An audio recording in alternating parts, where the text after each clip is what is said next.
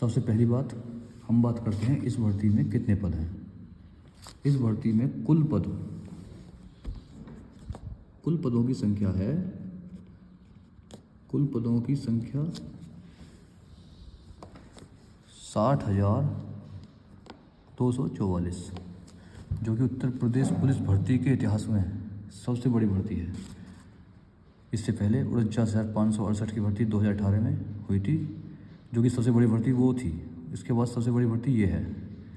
इन 60,244 पदों में जनरल, जिसे बोलते हैं UR, इनके पद हैं 24,102।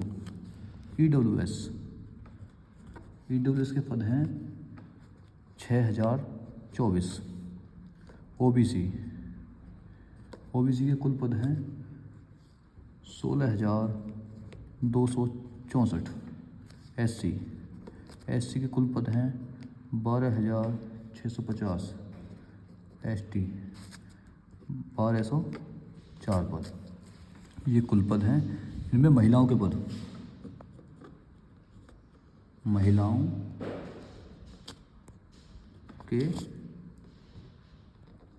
लगभग 12,000, जो कि 20% होते हैं, क्योंकि यूपी में महिलाओं के लिए आरक्षण 20% है।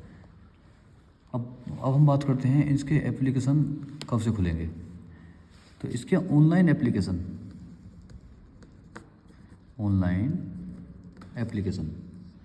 27 दिसंबर 2023 से स्टार्ट होंगे, और उसकी अंतिम तिथि एप्लीकेशन फिल करने की अंतिम तिथि होगी 16 जनवरी 2024। शुल्क समायोजन, जो आपको शुल्क जमा करनी है, इसका मतलब ये आप एप्लीकेशन फॉर्म फिल कर सकते हो 16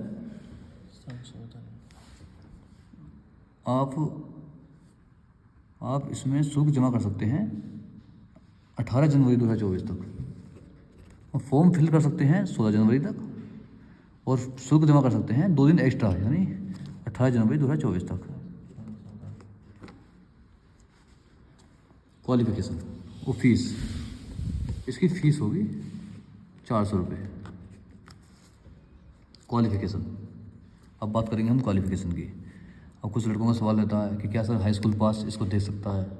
उत्तर प्रदेश पुलिस में ये नियम है, जो कि पिछली कई भर्तियों से हम देखते आ रहे हैं। उत्तर प्रदेश पुलिस कांस्टेबल में योग्यता 12th पास। अब बात करते हैं सबसे मेन बात की, जिसका लोग बहुत बेसब्री से इंतजार कर रहे होंगे, एज। इसमें एज रखी गई है 18 से 22 जनरल के लिए, और जितनी भी कैटेगरी छूट वाली हैं उनमें जैसे OBC है, SC है, इनको 5 वर्ष की छूट मिलती है। तो 18 से 27 OBC, SC, ST, और अगर हम डेट ऑफ बर्थ के हिसाब से देखें तो एक जनरल वाला लड़का जिसकी उम्र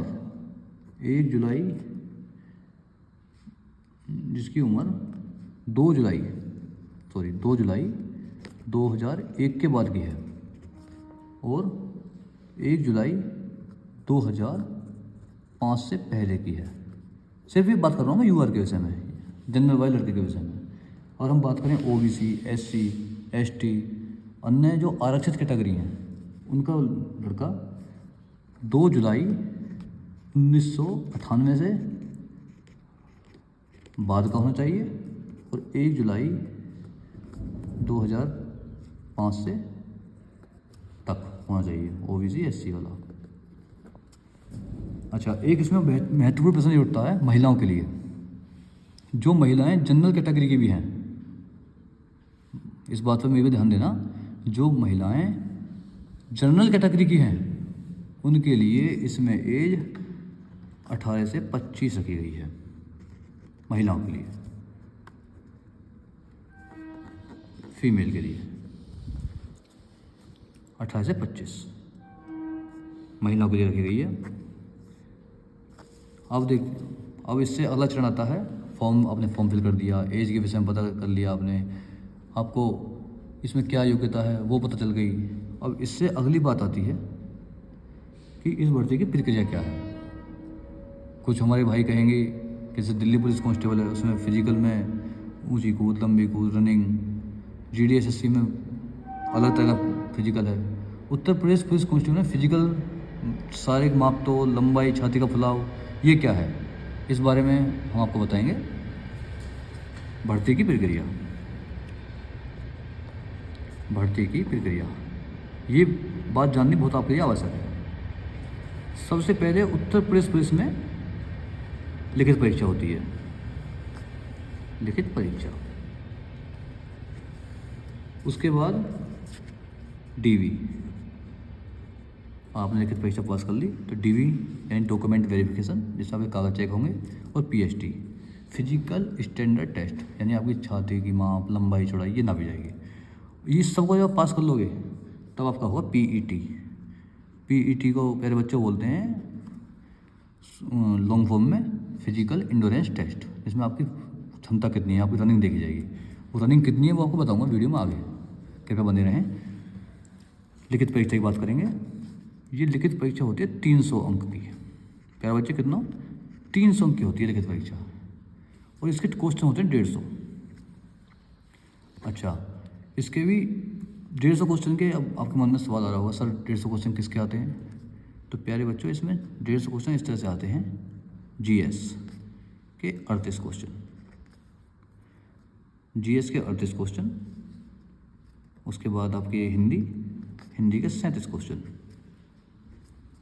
और वैसे देखा जाए तो मैथमेटिक्स इसमें इसी 2 भर्तियों से जो देखा जा रहा है, मैथमेटिक्स आ रहा है 20 नंबर का, और रीजनिंग जिसमें कुछ मैथमेटिक्स भी मिक्स होता है वो आ रही है 55 नंबर की। इन 55 नंबर को आप मैथ में भी बांट सकते हो, लेकिन मैथ का कुछ पोर्शन रीजनिंग में मिक्स होकर आता है यूपी पुलिस के एग्जाम में, ये जानने वाली बात है। तो इसलिए रीजनिंग को हम 55 नंबर मांगे चल रहे हैं, और प्रॉपर मैथ वो मांगे चल रहे हैं 20 अंक का।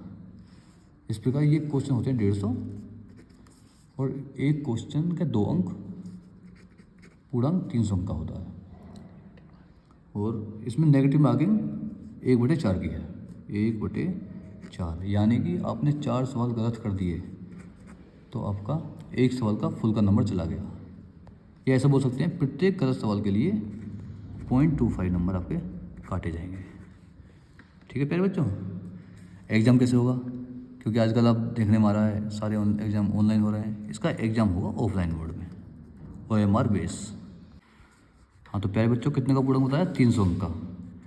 तो मैं आपको बोल रहा था 0.25 प्यारे बच्चों जब होता, जब हमारा एग्ज़ाम का जो 1 अंक होता 1 नंबर का। हमारा चूँकि अंक है यूपी पुलिस में प्रत्येक अंक 2 क्वेश्चन, प्रत्येक क्वेश्चन 2 अंक का है। इसका मतलब एक गलत क्वेश्चन के आपके आधा नंबर कटेगा। ये थोड़ा करेक्शन चाहूँगा मैं, 0.50 अंक कटेगा। इस बात का विशेष ध्यान रखना।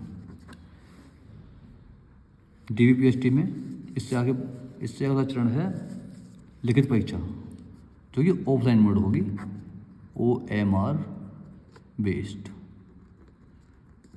अभी हाल ही में एक नोटिफिकेशन आया था, उसमें बताया गया था कि एक पाली में पूरी परीक्षा होगी, लेकिन ये आने वाला समय तय करेगा, बच्चों की संख्या तय करेगी कि पाली में परीक्षा 1 पाली में हो या 2 पाली में हो। अगर परीक्षा 2 पाली में होती है तो नोटिफिकेशन में साफ साफ स्पष्ट किया है कि नॉर्मलाइजेशन, प्यारे बच्चे ध्यान देना, नॉर्मलाइजेशन होगा। इसका बहुत बड़ा महत्व पड़ता है यूपी पुलिस की भर्ती में, और हमने जो पहली भर्ती हुई है इससे पहले की, उनमें इसका बहुत बड़ा प्रभाव देखने को मिला है। इसके बारे में आपसे मैं एक अन्य वीडियो में विस्तार से बात करूँगा। खैर आगे बढ़ते हैं। इसके बाद अगर आपने ये सब पास कर लिया तो हमारा अगला चरण है DVPST।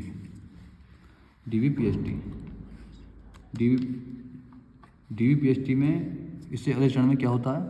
DV document verification. इसके लिए पिछली भर्तियों में लगभग 1.5 गुने बच्चे बुलाए थे। क्योंकि मैं पहले भी इस विभाग में जॉब कर चुका हूँ जब मैं सिपाही था, तो हमारी बड़ी भर्ती में 1.5 गुने बच्चे गए थे। हमारी बड़ी भर्ती में वैकेंसी की संख्या थी 41,520। पहली मेरिट लगी थी तो मुझे अच्छे से याद है, 2019 की बात है, 18 की। तो 62,000 बच्चे बुलाए थे लगभग, लेकिन ये बच्चे कम पड़ गए थे। फिर दोबारा मेरिट को गिरा के बच्चों की संख्या 1,24,000 तक की थी। तो इस प्रकार हम कह सकते हैं प्यारे बच्चों कि ये लोग DV-PST के लिए, ये बात आपके लिए जानने के लिए बहुत इम्पोर्टेंट बात है कि 60,000 लगभग पद हैं, तो DV-PST में कम से कम ये 2.5 गुने बच्चे बुलाएंगे, लगभग 1.5 लाख के आसपास। तो प्यारे बच्चे मन लगा के जुट जाओ, आपका मेहनत करोगे 100% सिलेक्शन होगा, क्योंकि भर्ती बहुत बड़ी हुई है। इसके बाद DV हो गई।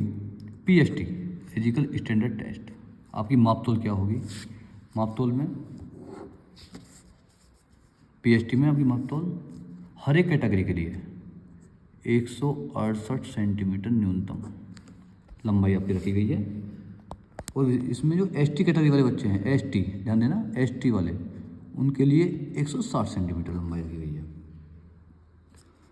दोस्तों चेस्ट बहुत मैटर करती है। चेस्ट का फुलाव 5 सेंटीमीटर, न्यूनतम चेस्ट 79 से 84 सेंटीमीटर, मैंने 79 सेंटीमीटर चेस्ट न्यूनतम और फुलाव के साथ 84 सेंटीमीटर, जो कि आम बात है, सभी की होती है। इसके बाद ये सब आपने पास कर लिया, आगे बढ़िए। इसके बाद आगे बढ़ोगे फीमेल के लिए, ये बहुत इंपॉर्टेंट रह गया। फीमेल की हाइट 152 सेंटीमीटर न्यूनतम, सभी कैटेगरी के लिए, जनरल, OBC, SC। न्यूनतम हाइट 152 सेंटीमीटर। और ST कैटेगरी के लिए, जो कि हमारे ST वाली बहन हैं, उनके लिए 147 सेंटीमीटर हाइट रखी गई है। चेस्ट फीमेल में कुछ नहीं होती, नील। हाँ, चेस्ट में वजन होता है, वजन, न्यूनतम वजन, जो कि आपका 40 किलोग्राम से कम नहीं होना चाहिए न्यूनतम। इससे आगे बढ़ते हैं। पुरुषों का PET, मेल PET, जब आपने ये पास कर लिया तो PET फिजिकल एंड्योरेंस टेस्ट ये होगा आपका। तो इसमें PET में क्या होगा? PET में 5 किलोमीटर रनिंग 25 मिनट में, ओनली क्वालिफाइड नेचर है। आपकी जो फाइनल मेरिट बनेगी वो टेस्ट के आधार पर बनेगी। और महिलाओं के लिए PET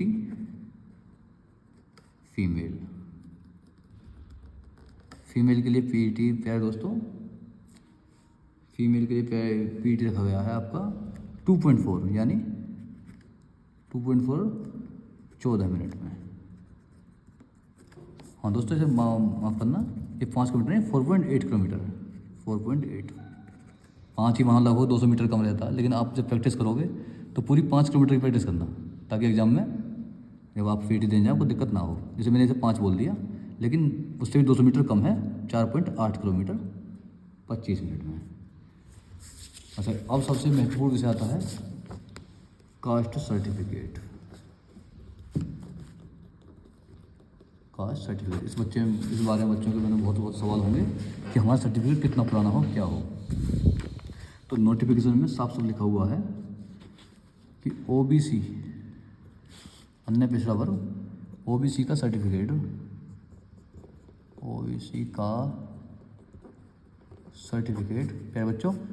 1 अप्रैल 2023 से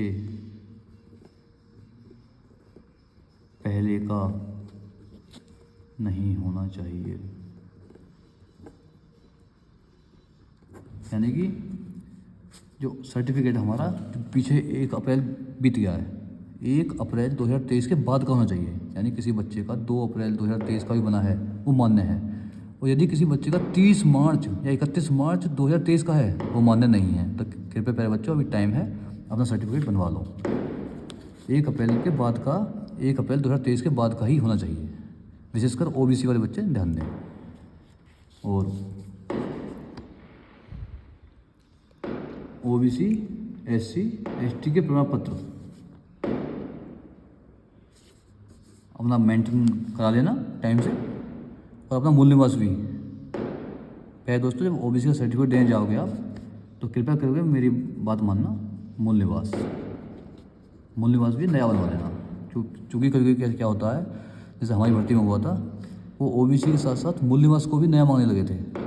तो इससे अच्छा बच्चा दोनों सर्टिफिकेट 1 अप्रैल के बाद के ही होने चाहिए, ये मानो, तो आप बनवा लेना, मूल निवास भी, ओबीसी वाला सर्टिफिकेट भी। बाकी जनरल वालों को सर्टिफिकेट की ज़रूरत है नहीं, क्योंकि बेचारे वो जनरल में ऑटोमेटिक होते ही हैं। एससी का कभी कभी मान्य है, एससी का सर्टिफिकेट मान्य है कभी कभी, लेकिन नया बनवा लेना अच्छा रहेगा। तो प्यारे बच्चों, आपको मुझे यही इन्फॉर्मेशन देनी थी। मिलते हैं आपसे अगली वीडियो में। नमस्कार, जय हिंद।